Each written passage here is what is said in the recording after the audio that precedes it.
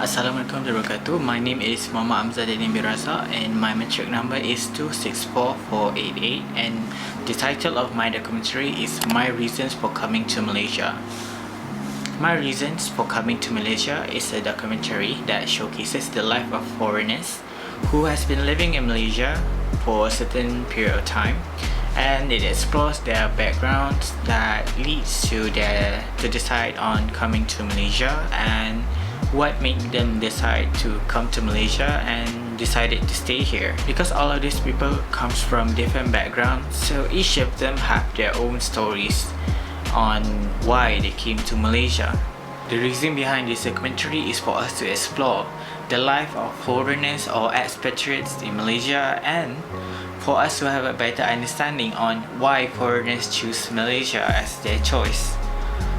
Other than that, it is to show that Malaysia is a good country for foreigners to come, either for work purposes or other purposes. Now let's discuss on the objective of this documentary. There are three objectives in this documentary. The first one is to explore the life of expatriates or migrants living in Malaysia. The second one is to have a better understanding on the topic of increasing foreigners in Malaysia. And the third one is to showcase the different background of foreigners that comes to Malaysia.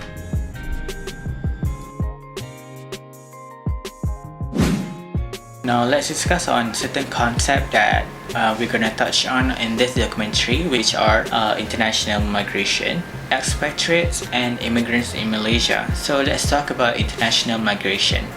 As of today, the phenomenon of international migration has been happening all over the world. Numerous reasons could be the reasoning behind this phenomenon, such as poverty, finding employment, seeking protection, or becoming company representative. So these are some of the reasons behind international migration. So another reason is migration may also occur due to certain relationship between countries, which dated back to the time where some countries were colonized by Western countries such as United States and Philippines, Malaysia to British. During this time, some foreign workers were brought into the country to work in certain industry, especially development industry such as mining, farming, or production.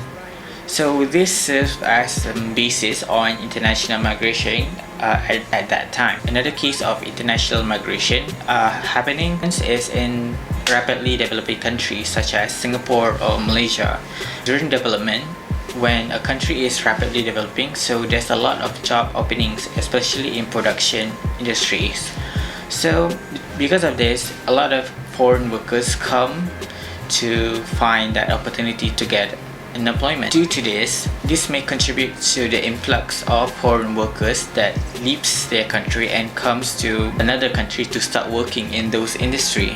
Now let's talk about expatriates. Expatriate is not really a foreign concept in Malaysia because this country has long experienced this phenomenon. Actually, our country faces three phases of expatriates, or three waves.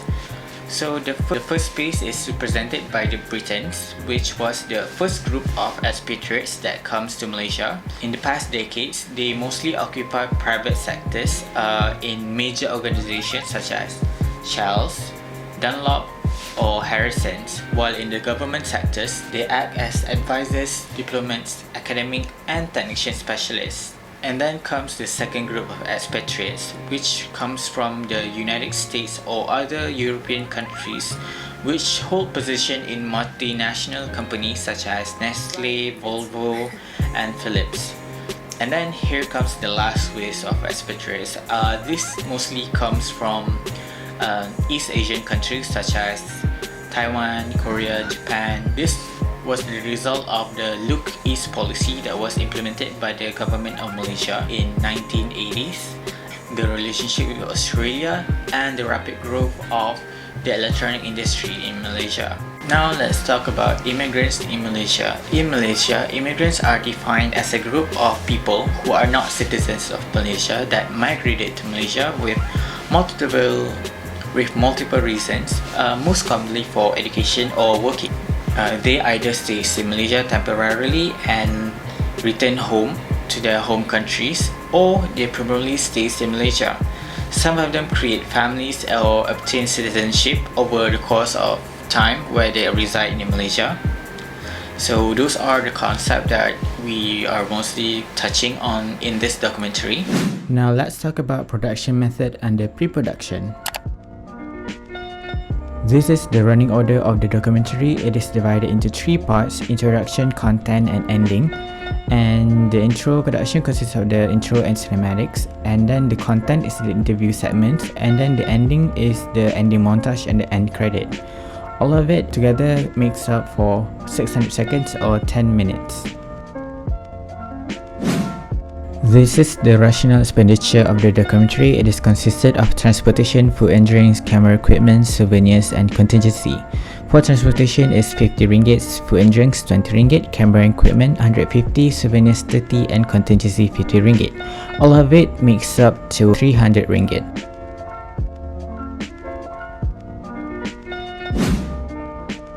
This is the proposed shooting schedule, with pre-production starting from 4 April until 23 April, and production 4 May until 21 May, and post-production 23rd of May until 1 June. So it takes around 2 months to create the complete product.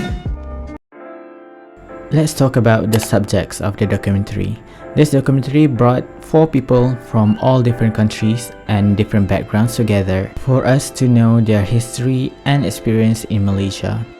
The first one is Miss Rahimah, a caretaker for Indonesia who married a local man in Malaysia. The next person is someone from an education background who came to Malaysia 20 years ago and is currently a lecturer in a public university. His name is Mr. Jung Sang-bae from South Korea. This person is from a business background who came to Malaysia as a factory worker and is currently the owner of 4 businesses. Her name is Miss Endang Zurianti from Indonesia. This last person is someone who came to Malaysia 7 years ago to further his studies and is now currently a student in UUM. His name is Mr. Yusuf Hekmah from Yemen. Now let's talk about production. The first one is the duration of the video production. So the duration of the video production is 10 minutes. It showcases the past of 4 people and their journey in Malaysia. As for the location, due to COVID-19 restriction, the only place that was used was Taman Teja in Changlan for the segment with Miss Endang and Mr. Yusuf, while for the segment with Mr. Jung Sang-bae and Miss Rima was done through video call. Let's talk about post-production.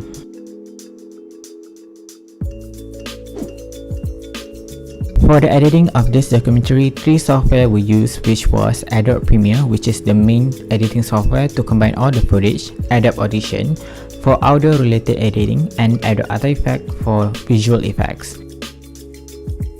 Now it's for post-production. After the product is completed, the documentary is uploaded onto YouTube, and the YouTube link is shared onto other social media platforms such as Facebook, Instagram, and Twitter in order to attract more audience. So as a conclusion, my reasons for coming to Malaysia is a documentary that tells the story behind the reasoning for foreigners coming to Malaysia. This documentary is able to shed light on some stories that is vague among the public because there are people from numerous backgrounds and each of them has their own unique experience and stories. So this documentary hopefully was able to give some perspective on the reasoning behind some foreigners coming to Malaysia. With this, internationals and local audience will have a better understanding and interest in Malaysia and its specialties.